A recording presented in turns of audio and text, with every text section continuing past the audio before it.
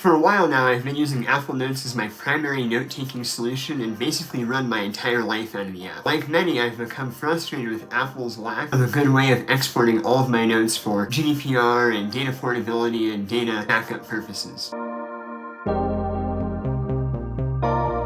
Hi, my name is Constantine. I'm a computer science student, and I have developed a free and open source macOS app that enables you to bulk export all of your Apple Notes from all of your accounts, including iCloud, into a multitude of formats, and save your attachments along with them. This video is basically a follow-up to all the other videos in my Apple Export series, and I've added a few new features to the app this time around that I want to go over. Now, in actuality, the app is really quite simple to use, so let's get right into it.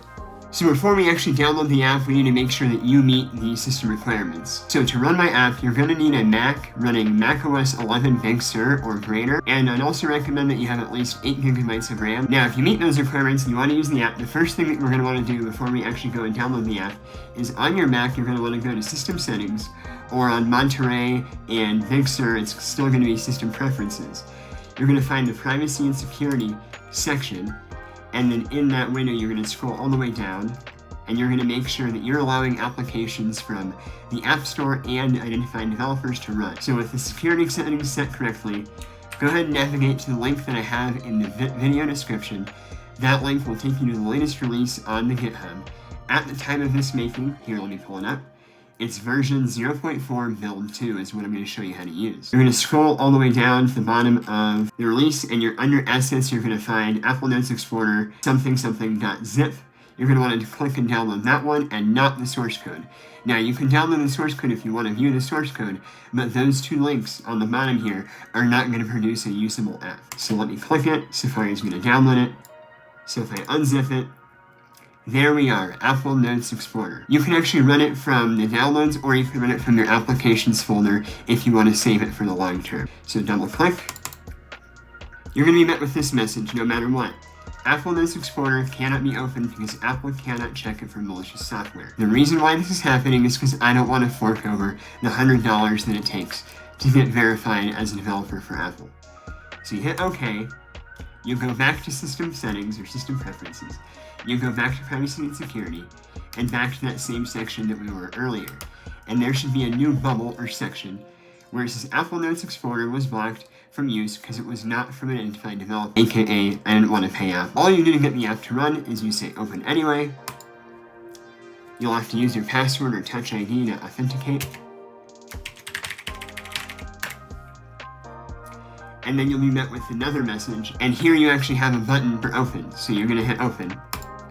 And then there you go, we're here. Now, as soon as it opens, it's going to want to talk to the Notes app. So it's going to use Apple Events via Apple Script to control the Notes app. What we want to do is we want to allow control to Apple Notes Explorer, that way you can actually read your notes and export them. You're going to have to do this if you want to use the app. For this dialog, we're going to hit allow. So this is the Apple Notes Explorer. I tried to make the UI as step-by-step and as easy to follow as possible. So the first thing you're going to do is you're going to select what notes from what accounts that you want. Then you're going to choose the export format, what you want the final files to be.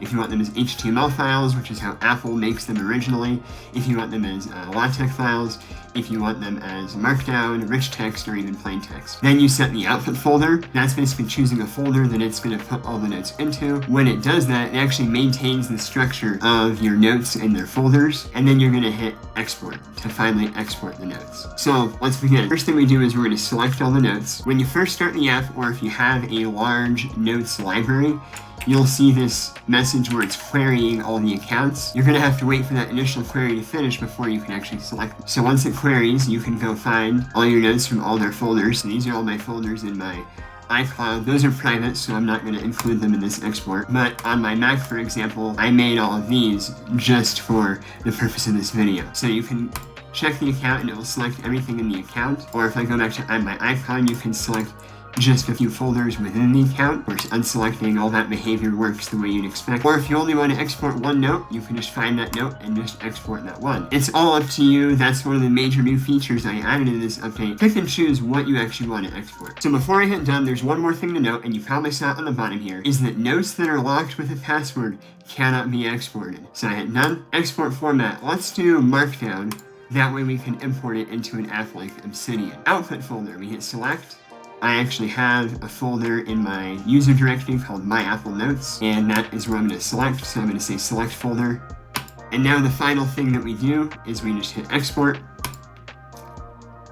And it's going to go through one by one and export these notes and their attachments. If a note has lots of attachments, it might slow down when it reaches that note. And if this is running slowly, you can bring Apple Notes into the foreground. If I have a lot of notes, as soon as I brought Apple Notes in the foreground, you can see how much faster it moves. And that's just because of how the Apple Events system within macOS works. When it's finished, you'll see green checkboxes for everything. You'll know that a note or attachment has failed to export or has an issue, because there will be a little exclamation mark or other message where you'll be able to click it and then see a little log message in a tooltip. Now, if I navigate to that My Apple Notes directory, you can have a look at the finally exported files. If I go to My Apple Notes, and you can see now these are all Markdown files. And we can preview that. See that the title has been converted to a big heading, which is the single pound sign. Monospace is all converted.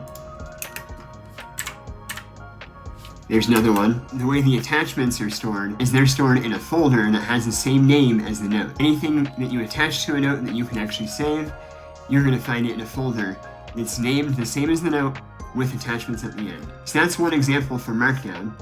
If I go back into Apple Notes Explorer, I can actually have it now do HTML. It won't overwrite the attachments, but it will create a whole new set of files. So now if I go back, you can see again here, now these are the HTML files that Apple provides for the notes.